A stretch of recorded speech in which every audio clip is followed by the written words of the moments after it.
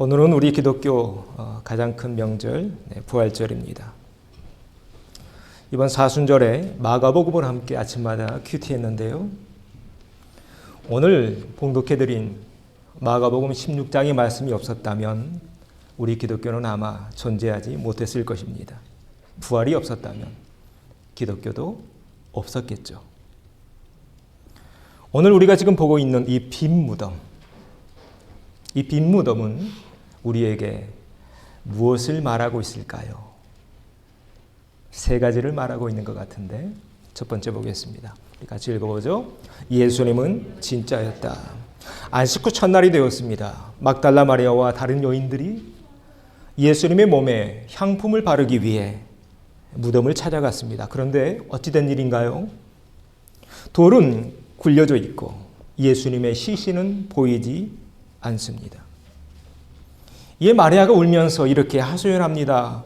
사람들이 내 주님을 옮겨다가 어디 두었는지 내가 알지 못합니다. 예수님의 시신이 없는 거예요. 분명 예수님의 무덤인 줄 내가 분명 보았는데, 그리고 그 무덤 원래는 누구의 무덤이었나요? 아리마대 사람 요셉의 무덤이었죠. 그런데 빈 무덤이 되어버리고 만 것입니다. 그렇게 울고 있을 때 천사가 이렇게 말하죠. 한번 같이 읽어보죠. 그가 말씀하시던 대로 살아나셨느니라. 와서 그가 누우셨던 것을 보라. 천사가 하는 얘기입니다.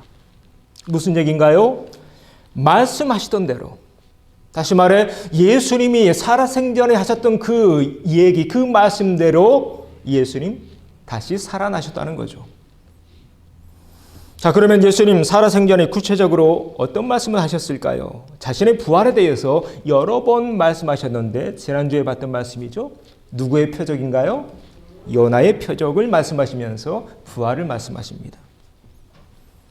또 다른 부활에 관한 말씀들이 마태복음에 쭉 나오는데 16장에 이제 첫 번째 순환 예고를 하고 계십니다. 며칠 뒤에 살아나요? 3일 뒤에 1차 순환 예고라고 하죠. 마태복음 17장에 2차 순환 예고가 나옵니다. 여기서도 며칠 만에? 3일, 또 3일이죠.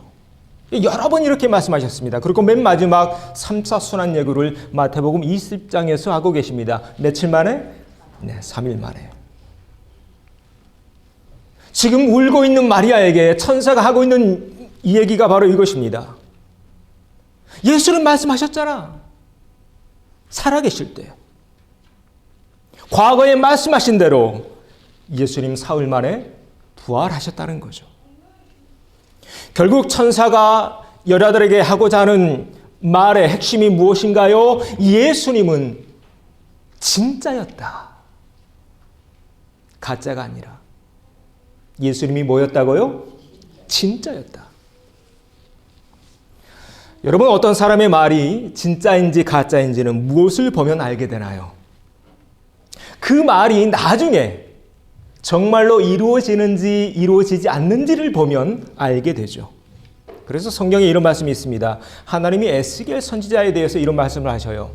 그 말이 응할 때에, 자, 뭐 할 때? 응할 때에, 정말로 이루어질 때에 그들이 한 선지자가 자기 가운데 있었음을 알리라. 백성들이 아직 모르는 거예요. 에스겔이 뭘 외쳤나요? 예루살렘의 멸망을 외칩니다. 그러나 아무도 믿지 않아요. 그런데 그 말이 응할 때에 너희들은 그제서야 깨닫게 될 거야. 에스겔이 했던 그 말씀들, 에스겔이 했던 그 설교들, 에스겔이 선포했던 그 복음들, 그 메시지들 응할 때 그 말이 이루어지는지 이루어지지 않는지를 보면 안다는 거죠. 신약에서도 예수님 이와 비슷한 말씀을 하십니다. 우리 누가복음 말씀인데 한번 읽어보겠습니다. 이에 예수께서 그들에게 말씀하시되 이 글이 오늘 너희 귀에 응하였느니라. 이 글이 오늘 너희 귀에 응하였느니라. 회당에 들어가셔서 두루마리 성경을 펴고 읽으셨어요. 그런데 그때 말씀이 어디에 나온 말씀이었나요? 구약성경 이사야서에 나와 있는 말씀입니다. 주의 영이 내게 내리셨으니 이는 여호와께서 내게 기름을 부으사 가난한 자에게 아름다운 소식을 전하게 하려 하심이라. 나를 보내사 마음이 상한 자를 고치고 포로된 자에게 자유를, 갇힌 자에게 노임을 선포하며. 지금 이사야의 이 말씀이 이루어지고 있는 거죠. 누구를 통해? 예수님을 통해. 예수님을 통해.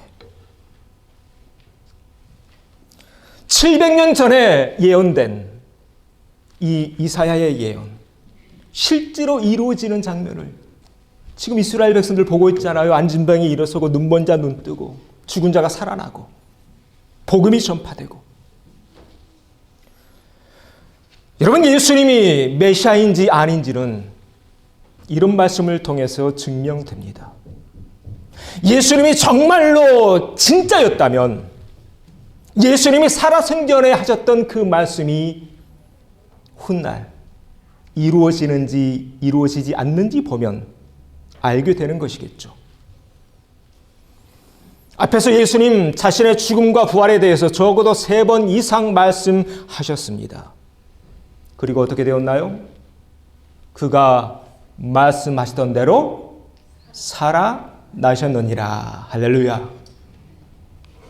그래서 오늘 이 빈 무덤은 우리에게 입을 열어 외치고 있다는 것입니다. 무엇을요? 예수님이 진짜였다는 사실. 예수님이 진짜였다는 사실. 수많은 사람들이 이 세상에 와서 나는 신인의 하나님의 아들이라고 떠들었습니다. 그러나 저들은 다 가짜였죠. 누구 말이 진짜였나요? 예수님 말이 진짜였다. 이 빈 무덤이 우리에게 지금 입을 열어 선포하고 있는 것입니다. 2022년 부활절을 맞아 진짜를 믿고 있는 여러분이야말로 이 세상에서 가장 행복한 사람들인 줄 믿습니다. 왜인가요? 우리는 진짜를 믿고 있잖아요. 할렐루야. 예수님 진짜 부활하셨잖아요. 여러분 믿으십니까? 진짜를 믿고 있음에 자부심을 가지시고 더욱 든든한 믿음의 반석 위에 서가는 우리 모두가 되기를 소망합니다. 옆에 있는 분들과 인사하시죠. 예수님은 진짜십니다.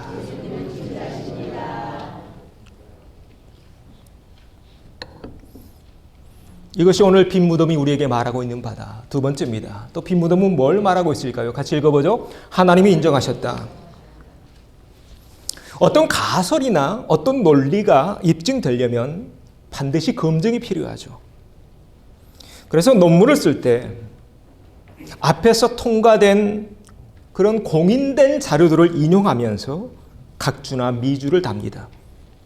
그래야 내 주장에 설득력이 실리기 때문에 그렇습니다. 오늘 본문에 나오는 부활도 마찬가지입니다.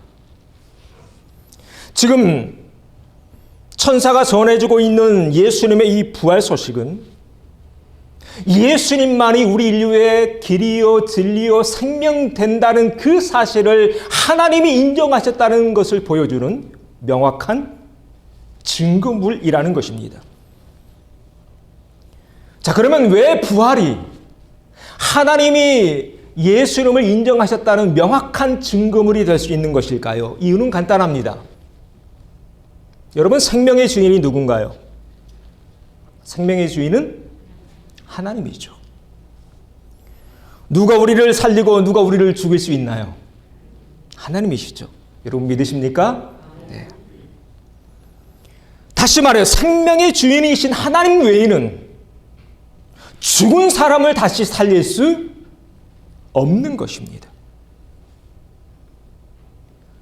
만약 하나님이 예수님을 이 땅의 구세주로 인정하지 않으셨다면 하나님이 예수님을 다시 살리실 이유가 있었을까요?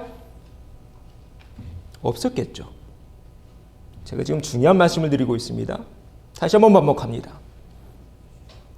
만약 하나님이 예수님을 이 땅의 구세주로 인정하지 않으셨다면 굳이 예수님을 다시 살리실 이유가 있었겠냐는 반문입니다. 우리는 알고 있습니다. 수많은 사람들이 영원한 삶을 살기 위해 노력했다는 사실. 그 대표적인 사람이 누군가요? 진시 황제죠. 뭘 찾아다니나요? 불로쳐 찾아다닙니다. 만약 진시황제를 통해 우리 인류에게 사망을 이길 수 있는 그 길을 보여주실 작정이었다면 하나님은 누구를 살리셨을까요? 진시황제를 살렸겠죠. 그런데 여러분, 진시황제 몇 살에 죽은지 아십니까? 49에 죽습니다. 여러분 참 행복한 분이에요. 그렇죠? 적어도 49살은 넘으셨잖아요. 그런데 49살에 죽고 말아요. 만약에 하나님의 진시황제를 통해 우리 인류가 영원히 풀지 못한 죽음의 문제를 풀 수 있는 굿세주로 삼으셨다면 하나님 진시황제를 살려내셨을 거라는 겁니다. 공자를 볼까요?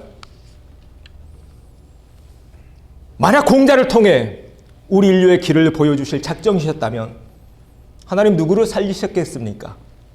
공자를 살렸겠죠.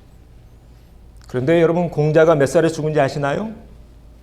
71살에 죽습니다. 좀 더 보죠. 누군가요? 석가모니입니다. 시타르타. 인류를 생로병사의 이 모진 인생의 질곡에서 구원해낼 굿세주로 하나님이 시타르타를 선택하셨다면 누구를 살리셨을까요? 시타르타를 살리셨겠죠. 그런데 시타르타 몇 살에 죽은지 아십니까? 돼지고기 먹다가 80살에 죽습니다. 돼지고기 먹다가. 정확히 문서에 나온 얘기입니다. 서양의 철학자 소크라테스입니다. 만약 소크라테스의 철학이, 서양의 철학이, 어떤 사상이 우리 인류를 구원해낼 수 있었다면 하나님은 소크라테스를 살리셨겠죠.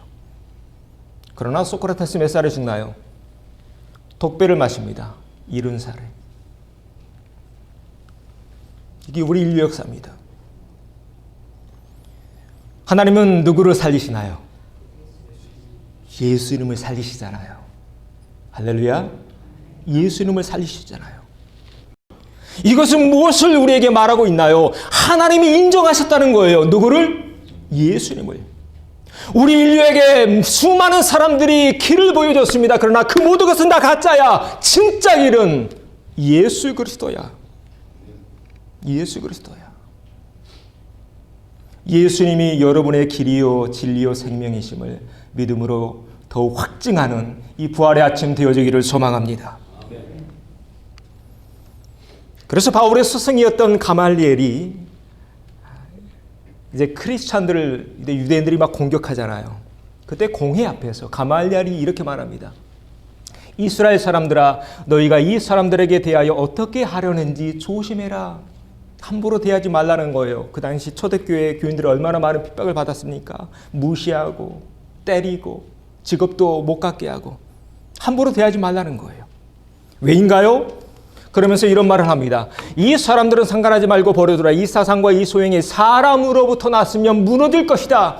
만약 기독교가 한 사람의 한낱 장난에 불과했다면 기독교는 머지않아 무너질 것이다.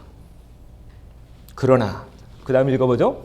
만일 하나님께로부터 났으면 너희가 그들을 무너뜨릴 수 없겠고 도리어 하나님을 대적하는 자가 될까 하노라. 아멘.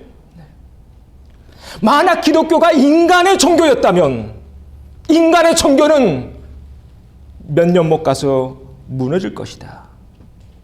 그러므로 그 자체가 거짓임을 증명될 것이다.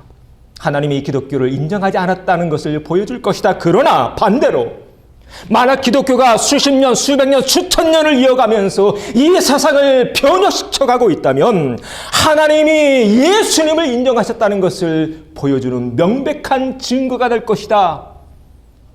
그래서 함부로 건들지 말아라, 기독교. 자칫 잘못하면 너희가 하나님을 대적하는 자가 되고 말 것이다.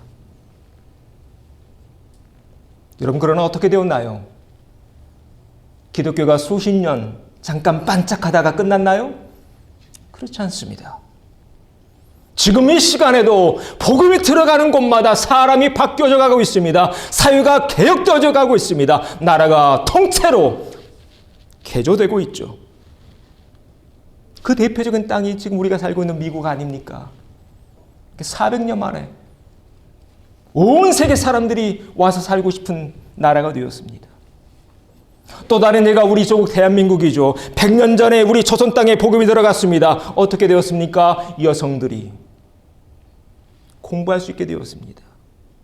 같은 상에서 밥을 먹을 수 있게 되었습니다. 3.1운동이 가능했습니다. 6.25에서 이길 수 있는 그 힘이 기독교에서 나옵니다. 지금 우리 대한민국 선진국이 되었죠. 우리 인류 역사를 보면 기독교가 진짜라는 것, 예수님이 진짜라는 것, 예수님만이 하나님이 인정하신 유일한 길이라는 것이 이렇게 보여지고 있는 것입니다. 하나님의 역사가 아니고선 일어날 수 없는 일들이 지금 세계 곳곳에서 보여지고 있으니까요. 그 역사의 시작이 무엇인가요? 오늘 우리가 보고 있는 빈 무덤, 이 빈 무덤이 바로 그 역사의 시작입니다. 예, 오늘 이 귀한 부활절 아침에 이 빈 무덤은 입을 열어 우리에게 증거합니다. 예수님만이 하나님이 인정하신 유일한 길이다. 이 재판장 앞에 선 베드로가 담대하게 이렇게 외치죠. 우리도 한번 외쳐보죠. 다른 이로서는 구원을 받을 수 없나니 천하 사람 중에서 구원을 받을 만한 다른 이름을 우리에게 주신 일이 없습니다. 담대하게 외칩니다. 베드로가 재판장 앞에서. 하나님이 인정하신 유일한 길 위에 서 있는 형제 자매 여러분, 예수님 믿고 있음에 자부심을 느끼시고 또 더욱 굳건한 이 부활의 믿음 위에 서는 이 귀한 부활절 아침 되어지기를 소망합니다. 유일한 길이다. 하나님이 인정하신. 자, 우리 옆에 있는 분들과 이렇게 인사하시죠. 예수님만이 길이십니다.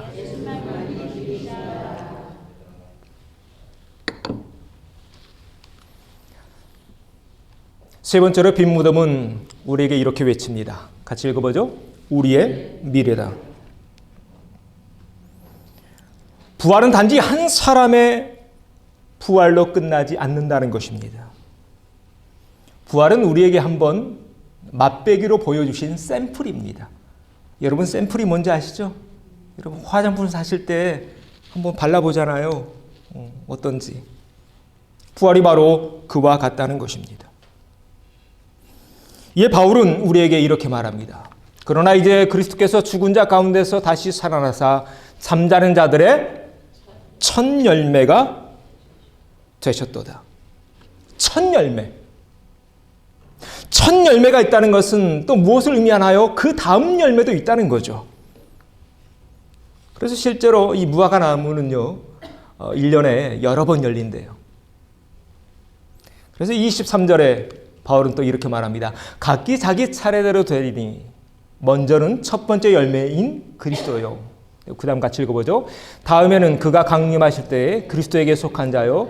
그 후에는 마지막이니 그가 모든 통치와 모든 권세와 능력을 멸하시고 나라를 아버지 하나님께 바칠 때라. 아멘. 예수님이 첫 열매셨다. 그 다음 우리 성도들은 그 다음 열매와 그 후 마지막 열매를 보게 될 것입니다.